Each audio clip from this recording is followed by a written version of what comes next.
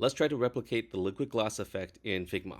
All right, so there's no real way to actually achieve this because we would need some sort of physics engine to calculate the way that the light refracts off the glass, but we can simulate it to some extent.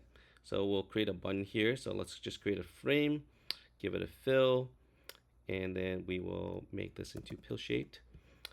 And the first thing we'll do is add some effects here. So let's just do a very subtle drop shadow. And then we will add some of the specular highlights. And so the top left one will be 1,1 with a blur of 0.5. You can adjust this as you see fit depending on the size of the object that you're creating. But for our button here, this seems to work pretty well. And we're going to adjust that to be a white inner shadow. So we're going to set that to inner shadow.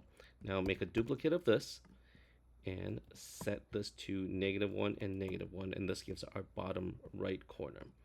Now if we set our opacity here down to 20%, you will see those highlights showing up on this button. But how do we get that liquid glass effect? So the trick here is to add a rectangle inside this frame. I'm going to go ahead and create a rectangle, put it inside our frame. And then we're going to set this to 1% and make it pretty much invisible. But here's where the trick comes in. I'm going to throw a background blur on this. Let's just try 20 for now. And then we are going to add a texture effect on this. We'll set the size here to 100 and put the radius to about 20.